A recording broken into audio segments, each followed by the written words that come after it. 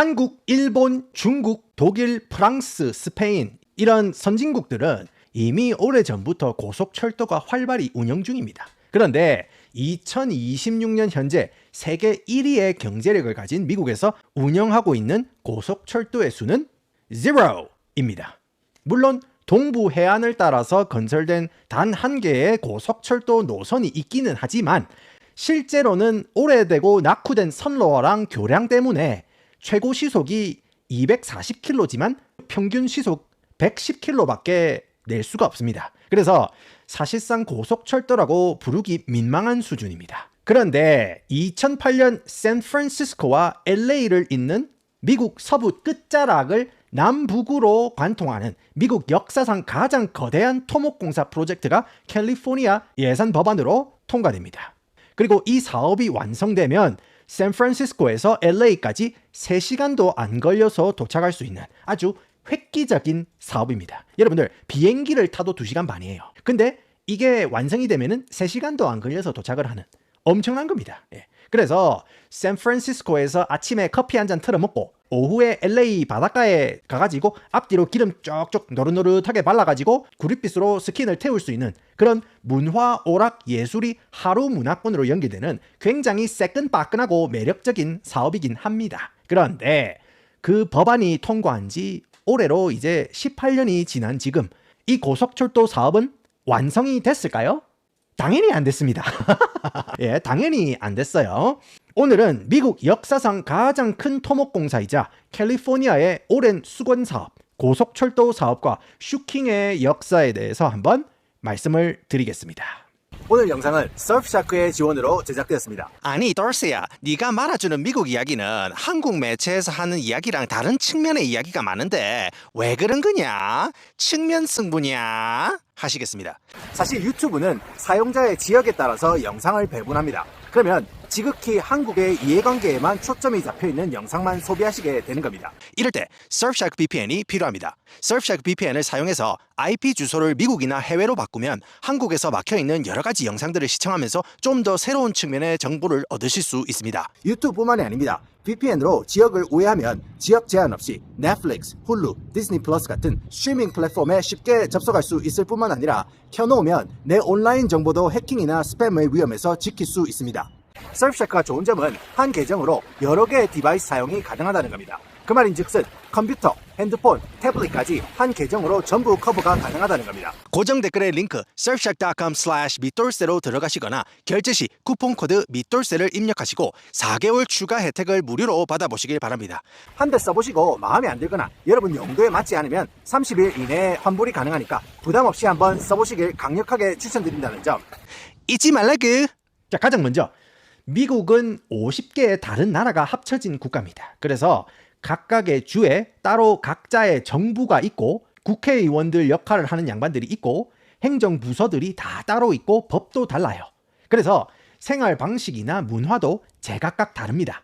그렇기 때문에 LA랑 뉴욕이랑 같은 대도시라도 컨셉 자체가 완전히 다릅니다. 자, 뉴욕은요. 자, 위에 보이는 이게 스테레오타입이라고 하죠. 고정관념적인 이 뉴요커의 모습이에요. 라이방 하나 딱 끼고 그죠? 예, 걸어다니면서 그러니까 뉴욕 같은 경우에는 경제 문화가 만들어내는 도시 문화를 파는 동네예요. 그러니까 뉴욕 익스체인지라든지 뭐 여러 가지 회사라든지 그런 게 밀집되는 그런 문화를 파는 도시예요.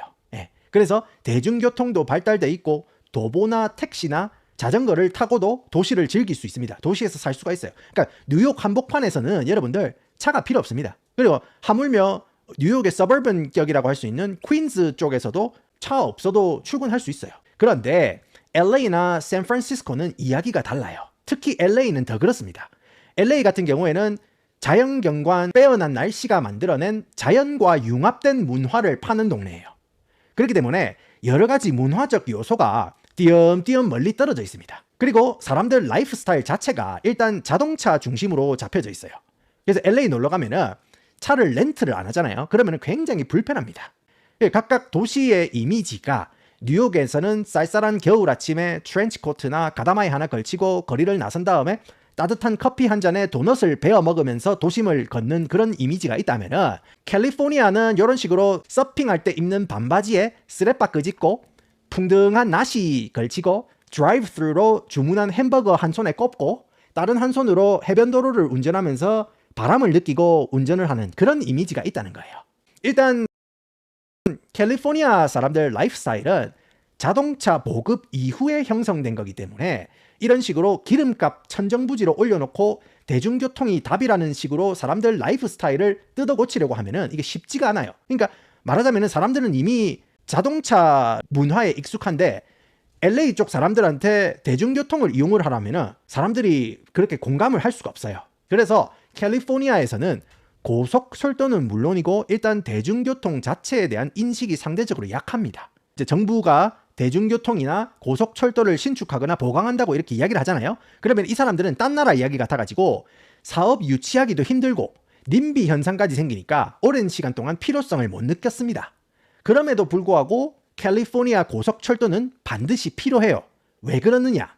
캘리포니아 지리를 한번 보겠습니다. 자, 여기가 이제 북쪽 해안의 샌프란시스코, 북쪽 해안가에 있는 샌프란시스코고 남쪽 해안의 LA, 그리고 여기 바로 밑에 있는 게 이게 샌디에고입니다. 예, 이런 식으로 대도시는 이렇게 바닷가를 타고 있어요. 그리고 남동쪽 여기 보면은 이제 갈색깔로 이렇게 있죠. 이게 사막 지역입니다. 사막 지역. 여기가 라스베가스. 그러니까 여기는 허허벌판의 사막 지역입니다. 그리고 이쪽으로 위로 올라가면은 이런 식으로 이 시에라 마운틴 해가지고 여기 이제 산맥이 쫙 있어요. 고산 사막지대. 여기는 스키장도 있고 눈도 엄청나게 많이 내립니다. 그리고 남아있는 여기 중부. 여기 초록 색깔 보이죠? 자, 여러분들 이게 초록 색깔이라는 말이 뭡니까? 여기는 이런 식으로 갈색깔로 이렇게 우뚝 솟아 있고 여기에 초록 색깔로 쫙 있다. 산으로 둘러싸이는 분지입니다. 분지가 엄청 큰 거예요, 여러분들. 그래서 여기 중부 지대는 농업에 몰빵이 돼 있어요. 중앙 이쪽에 분지에 가면은 과수원이라든지 와인 농장이라든지 진짜로 끝도 없이 펼쳐져 있어요. 근데 이 동네가 텅텅 빈 이유가 뭐냐면은 내륙 분지라고 해가지고 여름에는 폭염이 엄청 심하고 겨울에는 안개가 엄청나게 또 낍니다. 뭐 당연히 미국 전역으로 따지면은 이 지역보다 날씨가 더 개판인 동네는 많아요. 그런데 같은 캘리포니아를 두고 봤을 때 여기 날씨가 상대적으로 그다지 새끈하지 않다는 것을 제가 말씀을 드리는 거예요. 여기 해안가 동네는 날씨가 기가 막힙니다. 근데 여기 분지는 날씨가 조금 안 좋아요. 예. 뿐만 아니고 거대한 분지잖아요. 대기가 꽉 갇혀 있어요. 그러다 보니까 대기 오염이 순환이 안 돼가지고 갇혀 있기 때문에 공기가 너무 안 좋습니다. 제가 말씀드렸잖아요. 여기는 미국 과수노검의 핵심 지역이고 미국 서부 물류 시스템 동맹 역할을 하는 동네입니다. 여기 고속도로가 몇 개가 지나갑니다. 예. 그래서 엄청 큰 덤프 트럭이 1년 365일 엄청나게 오고 갑니다.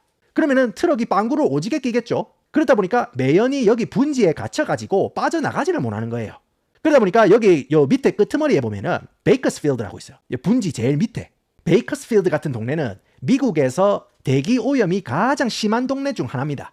그러다 보니까 인구가 공기 좋고 날씨 좋은 샌프란시스코 지역이나 LA 지역이나 샌디에이고 지역에 몰빵이 되는 겁니다. 그런데 해안가 주변 대도시 지역은요, 덥긴 더운데 바다가 탁 트여 있어가지고 바다 바람도 선선하게 불어오고 여기는 또 건조해가지고 뽀송뽀송하거든요. 짜증이 안 나요. 여기는 바람이 싹 불어오거든요. 그러면은 기분이 그냥 좋아요. 그런 이유 때문에 사람들이 몰리는 거고 이렇게 엄청난 인구가 한 지역에 고립이 돼 있다 보니까 LA나 샌프란시스코나 이 샌디에고 지역 같은 경우에는 전력 소모, 수자원 소모가 너무 심합니다. 그래서 주변 지역 저수지에서 매년 연끌을 해가지고 갖다 써요. 그러니까 보시면은 여기에 이게 딱 보이죠? 지리 한번 보여드리겠습니다. 이런 식으로 요 중부에 가면은 과수원이 끝도 없이 펼쳐져 있고 여기 와인 농장도 엄청나게 많아요. 그래서 여기 가면은 그림입니다. 근데 안개가 많고 여름에 엄청 덥다. 농촌은 그래도 괜찮아요. 근데 도시 쪽은 이런 식으로 매연이 엄청 심합니다. 그게 왜 그러느냐? 이런 식으로 극단적으로 만들어 놓은 이 지도가 있죠. 자, 여기 이 지역이 이제 LA 지역이고 여기 샌디에이고고 여주 쭉 올라오면은 이런 식으로 폭 파져 있는 거 있죠. 폭 파져 있는 여기가 바로 샌프란시스코입니다. 그리고 여기는 산악 지역이고 여기도 산악 지역이고, 오케이? 예, 요 위에는 이제 오레곤입니다. 오레곤.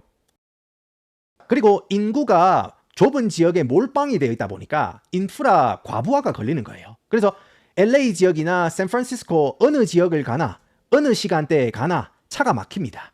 그리고 도로도 더럽고 아스팔트를 달리는데 이건 뭐 비포장 도로 달리는 거 몇 킬로 여기저기 구멍이 파져 있고 엉망진창입니다.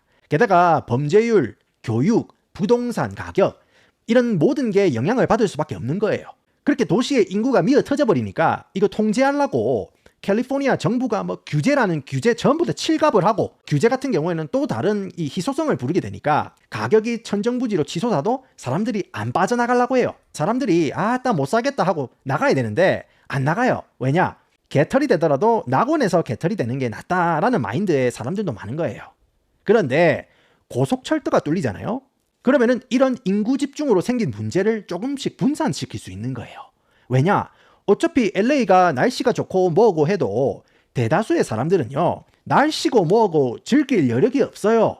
머리로는 내가 캘리포니아 사니까 이 좋은 날씨 누리며 살고 있다 하지만은 집세 내고 전기세 내고 세금 내려면은 투잡 쓰리잡 뛰어야 되는 게 대다수 캘리포니아 주민들의 현실이거든요. 그래서 아무리 날씨가 좋으면 뭐합니까 여러분들? 어차피 실제로 누리는 건 1년에 얼마 안 돼요. 그런 거에 현타가 온 밑돌새 같은 사람들은 좀 더 집값이 싸고 물가가 싼 곳에서 살고 싶어서 아예 다른 주로 이사를 가거나 캘리포니아 중부 지역으로 이사를 가려고 하는 그런 마음이 있는 겁니다. 그렇다고 하더라도 그저 변두리에 살고 중부 내륙 지방에서 떨어져서 산다고 하더라도 한 번씩 LA나 샌프란시스코나 이런 해안가 대도시가 그죠 좀 그립긴 해요. 왜냐하면은 그런 대도시가 제공하는 각종 문화생활이라든지 한 번씩 이상하게 꽉 막힌 도로에서 2시간 동안 갇혀가지고 짜증도 내고 싶고, 주차 빈 공간 찾는데 또 30분 정도 쓰고, 주차하는데 또 돈 내고, 주문하는데 또 줄 서고, 쿠바노 샌드위치 한 쪼가리랑 감자튀김 3만 원에 팁까지 시원하게 찔러주고, 도로가에 서가지고 샌드위치 하나 맛깔나게 먹는, 그렇게 하고 싶은 날이 있어요.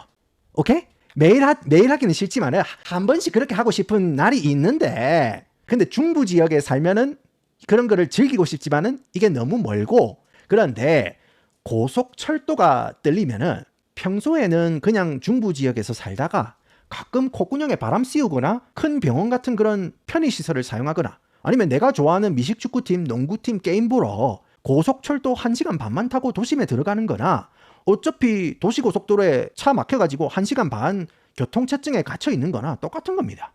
아무튼 이런 지역 균형 발전이나 분산을 위해서는 여러 가지 장치가 필요하고, 고속철도는 그거를 돕는 가장 좋은 장치이기 때문에 고속철도 건설 사업을 추진하게 됩니다. 그런데 이런 고속철도의 필요성이 인구 밀도로 인한 문제가 심각해지니까 이제서야 대두가 되는 거예요. 미리 했으면은 이렇게 심각하지가 않을 건데 이제서야 사람들이 이제 경각심을 가지게 된 거예요. 원래는 미국도 80년대에 이런 이야기가 있었어요. 일본 애들이 70년대인가 그때 그 신칸센 개통을 했잖아요. 그러니까 미국도 그거를 따라해가지고 80년대에 일본 신칸센을 벤치마킹을 해가지고 고속철도를 깔려는 시도가 있었습니다. 그런데 아까 말씀드린 것처럼 자동차 중심 생활에 익숙했던 미국인들이 고속철도 짓는다고 또 세금 걷어내고 투자하라고 이런 식으로 강요하는 거는 자다가 봉창 두드리는 소리로 들릴 수밖에 없다는 거예요. 그래서 투자 유치가 힘들어가지고 시작도 못하다가 2008년에 들어와가지고 도시가 미어터지고 도시 문제로 골물대로 골문 상태가 와서 이제 주정부 예산을 통과시켜가지고 고속철도 건설을 시작하게 됩니다. 그런데 원래 이 사업을 좀 더 쉽게 마무리 짓는 방법이 있었어요. 뭐냐면은 캘리포니아에 경부고속도로 비슷하게 하이웨이 5라는 고속도로가 이렇게 있어요. 원래 여기 밑에 샌디에이고부터 쭉 LA 찍고 이런 식으로 일직선으로 쭉 올라오는 고속도로가 있습니다. 만약에 고속철도를 LA랑 샌프란시스코 2개만 딱 연결시키면은 기존에 있는 고속도로 옆에다가 철길을 박으면은 그만입니다. 그러면은 비용도 훨씬 적게 들고 건축 기간도 단축이 됩니다. 그런데 이 고속철도 예산을 통과하는 조건이 뭐였냐면은 샌프란시스코, LA보다 상대적으로 낙후돼 있는 요 중부 지역 있죠. 낙후된 중부 지역에 정차역을 박아야 한다는 조건이 있었던 거예요. 원래는 이런 식으로 쭉 여기 하이웨이 5 이렇게 있으면은 이거대로 딱 박으면 되는데 건설 비용도 적게 들고 빨리빨리 끝낼 수 있는데 이런 식으로 꺾어가지고 낙후된 지역에 정차역을 꼭 박아야 된다라는 어떤 그런 전제하에 이게 예산이 통과가 된 거기 때문에 이게 복잡해진 거예요. KTX 같은 경우에도 정차 구간 없이 부산, 서울 직통으로 연결할 수 있겠지만은 중간중간에 정차역을 박으면은 중소도시 지역 상권이 발달될 수 있는 것처럼 캘리포니아도 그 효과를 원했던 거예요. 그리고 샌프란시스코랑 LA의 예산이 항상 몰빵되어 있기 때문에 중부지방 사람들은 이미 뿔따구가 나 있는 상황입니다. 근데 고속철도 지나가는 것까지 배제를 시키잖아요. 그러면 이 지역 사람들이 정치인들 표를 안 줄 거예요. 그렇기 때문에 정치인들이 표를 받아야 되기 때문에 중부지방을 무조건 관통을 시켜야 되는 게 맞는 겁니다. 그래서 대규모 토목 사업을 감행하게 된 겁니다. 그런데 중부지방 여기에는 이게 분지지만 언덕이나 산이 오지게 많아요. 이게 용인자연농원 관람열차도 아니고 초고속 열차잖아요. 이거는 시속 200km 넘게 달리는 건데 이거를 무슨 굽이굽이 철도를 까는데도 한계가 있는 거예요. 그래서 교량이나 터널을 뚫어야 되는 거고 농장 부지 한가운데를 관통시켜야 되는 겁니다. 여기가 이게 포도농장입니다, 여러분들. 와인 농장 한가운데에 이런 식으로 공사를 하는 거예요. 보입니까, 여러분들? 교량을 치는 겁니다. 그리고 엄청난 속도로 달리는 철도를 갖다가 사고 없이 운영을 하려면은 굉장히 정밀하고 까다로운 공사가 줄줄이 엮여 있는 거예요. 그런데 이렇게 고속철도를 짓기 위해서 때려 부수고 꽁구리를 치고 해야 하는데 우리가 지금 어느 동네 이야기를 하고 있다? 캘리포니아 이야기를 하고 있다. 여러분들, 캘리포니아 같은 경우에 일 처리를 엄청 꼼꼼하게 해야 돼요. 무슨 말이냐?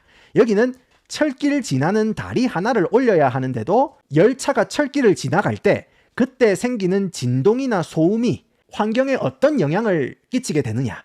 우리 철새들 두루미가 진동이나 소음에 스트레스 받으시지는 않을까? 그게 굉장히 중요합니다.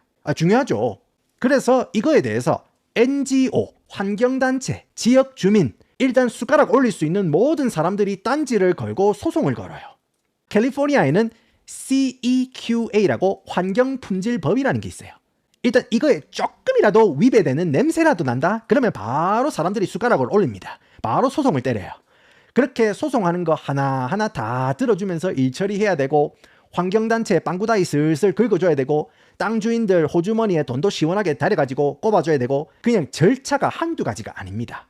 건설 비용 말고 소송 전이나 행정 처리에 드는 비용만 2조 원입니다. 2조 원. 소송 비용으로 2조 원이 드는 거예요. 그냥 골 때리는 겁니다. 자, 그리고 건설 쪽에 종사하시는 분들은 잘 아시겠지만은 일단 건설이라는 거는요. 시작을 하면은 멈출 수가 없습니다. 왜냐? 멈추고 지연이 되면은 그게 다 돈입니다. 건설 장비, 중장비 그거 다 빌려서 쓰는 거고 대출 받아서 쓰는 거고 인력들이나 프로젝트에 투입된 인원들 봉급도 계속 지급을 해야 돼요. 근데 이런 식으로 꽁구리 한 포대 칠 때마다 소송이나 규제 뭐다 해가지고 제동이 걸리고 그런 식으로 지연이 되면은 천문학적인 돈이 타들어가는 겁니다. 또 다른 문제가 뭐냐면은 이게 미국 최초로 건설하는 고속철도기 때문에 숙련된 노동 인력을 구하기가 쉽지가 않습니다. 그 장비도 프랑스나 독일이나 일본에서 수입을 해가지고 써요. 예를 들어가지고 여기 이제 터널을 뚫는 집채만한 드릴이 있거든요. 이거 엄청 크죠, 그죠? 근데 이거를 운용을 하다가 고장이 나면은 이거 다시 지상으로 끄집어 올려야 됩니다. 그래서 수리를 해야 돼요. 그러면은 수리를 하면은 다시 밑으로 내려가지고 돌리고 또 고장나고 끄집어내고 수리하고 또 내리고 돌리고 무한 반복입니다.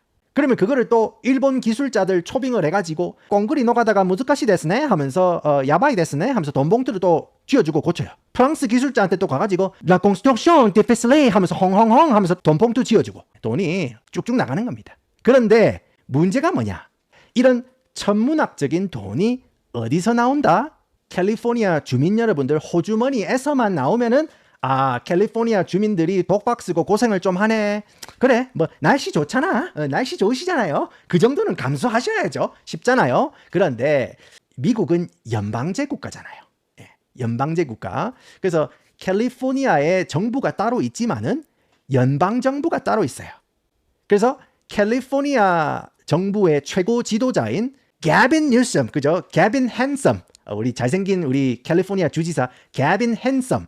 트럼프는 게빈 뉴스컴이라고 부르죠. 게빈 뉴스컴 is such a disgrace. 트럼프가 굉장히 싫어하는 양반이에요. 왜냐하면 차기 민주당 대권주자거든요. 그래가지고 트럼프는 싫어하는 잘생긴 게빈 핸섬. 오케이. 그래서 게빈 뉴섬 주지사가 이렇게 있는 거고 연방정부 그러니까 총체적으로 나라를 관리하는 지도자가 바로 도널드 J. 트럼프, 오케이. 트럼프 대통령인 거예요. 그런데 각 주는 연방정부로부터 지원금을 받습니다. 그리고 이 지원금으로 게빈 뉴섬 주지사가 고속철도를 만드는 데 투자를 하고 있어요.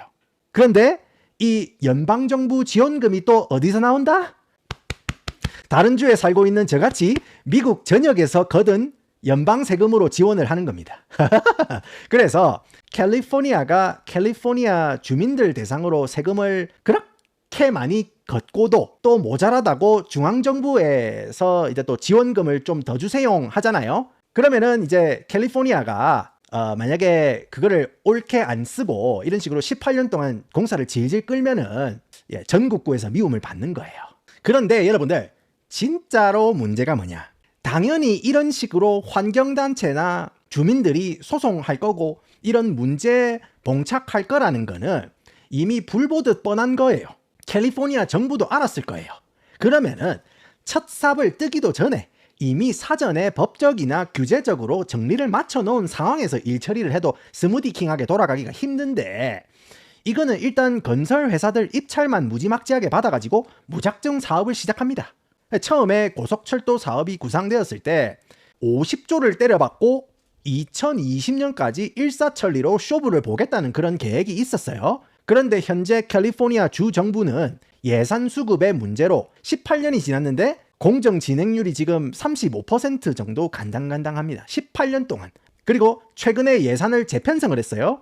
근데 대략 190조로 총 사업비를 수정을 했어요. 그러니까 원래는 50조 만에 쇼부를 보겠다는 사업이었어요. 50조. 근데 지금은 이제 190조 돈 주세요가 돼버렸어요. 더군다나 지금 캘리포니아주는요, 독단적인 예산으로는 이거를 완성할 수가 없고 연방정부에서 예산을 지원해줘야 한다고 주장을 하고 있습니다. 자, 그러면은 이렇게 생각하시겠죠. 아니 돌스야, 니는 캘리포니아 정부에 무슨 억하심정이 있어가지고 그런 개거품을 무는 거냐? 캘리포니아 정부가 무능한 게 아니고 돈이 부족해서 그렇다는데 왜 그러냐? 하시겠습니다. 그러면은 똑같이 제가 캘리포니아에서 진행되는 사업인데 완전히 다른 예를 하나 보여드릴게요. 저는 캘리포니아를 사랑합니다, 여러분들. 자, 지금 LA에서 라스베가스를 이어주는 브라이트 라인이라는 고속철도 라인이 건설 중에 있습니다. 이거는 2024년 4월에 첫 삽을 떴어요. 그리고 2029년 말 개통을 목표로 건설이 진행되고 있어요. 근데 이 사업은요, 캘리포니아 주 정부가 주도하는 게 아니고 연방정부 지원금이랑 민간 업체가 투자금을 유치를 해가지고 진행하고 있기 때문에 일 처리가 굉장히 빠릅니다. 그래서 이게 완공이 되면 LA에서 라스베가스까지 2시간 10분밖에 안 걸린다는 거예요. 그래서 이게 완성이 되죠. 그러면은 라스베가스 당일치기 여행이 급증하게 됩니다. 그래서 LA에 사는 사람들이 라스베가스 오후에 라스베가스 가가지고 한번 땡기고 시원하게 땡기고 올인 시원하게 땡기고 그 다음에 LA로 다시 돌아올 수 있는 겁니다. 그렇기 때문에 라스베가스는 엄청난 경제적인 수입이 나는 거고 LA는 교통 혼잡이나 내륙 지역으로 인구를 분산시킬 수 있는 그런 효과까지 누릴 것으로 예상이 됩니다.